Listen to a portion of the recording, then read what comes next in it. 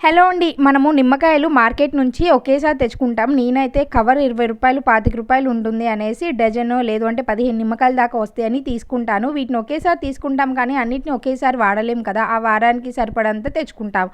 ఇవి పాడైపోతూ ఉన్నాయన్నమాట. నేనైతే ఒక సింపుల్ టిప్‌ని ఫాలో అవుతాను. మీతో కూడా షేర్ చేస్తాను. మీకు కూడా నచ్చితే డెఫినెట్‌గా ఫాలో అయిపోండి. ఇట్లాగా నిమ్మకాయలన్నిటిని కూడా తీసుకోవాలి. ఆ తర్వాత మనకి మెయిన్‌గా ఇట్లాంటి బాక్స్ ఒకటి కావాలన్నమాట. ప్లాస్టిక్‌ది ఏదైనా పర్లేదు. బట్ ఇట్లాగా పొడవుగా ఉన్నదైతే మనకి వీలుగా ఉంటుంది యూజ్ చేసుకోవడానికి. ఫుల్‌గా వాటర్ నింపేయకుండా ఇట్లాగా డబ్బాకి సగం వరకు వాటర్‌ని నింపుకొని దీంట్లో మెయిన్‌గా మనం తేనెను వేసుకోవాలి. 1 లేదు అంటే 2 టేబుల్ స్పూన్ల దాకా తేనెను వేసుకొని ఇట్లాగా నిమ్మకాయలన్నిటిని కూడా వేసుకోవాలి.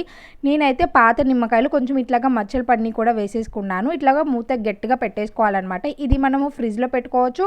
ఫ్రిడ్జ్ లేని వాళ్ళు కూడా చక్కగా ఇది బయట పెట్టుకోవచ్చు. ఎటువంటి ప్రాబ్లమ్ ఉండదు. మనకి నెల, నెలన్నర పైన ఇవి ఫ్రెష్‌గా నిల్వ ఉంటాయి. మీకు నచ్చితే డెఫినెట్‌గా ఉపయోగపడే వాళ్ళకి షేర్ చేయండి.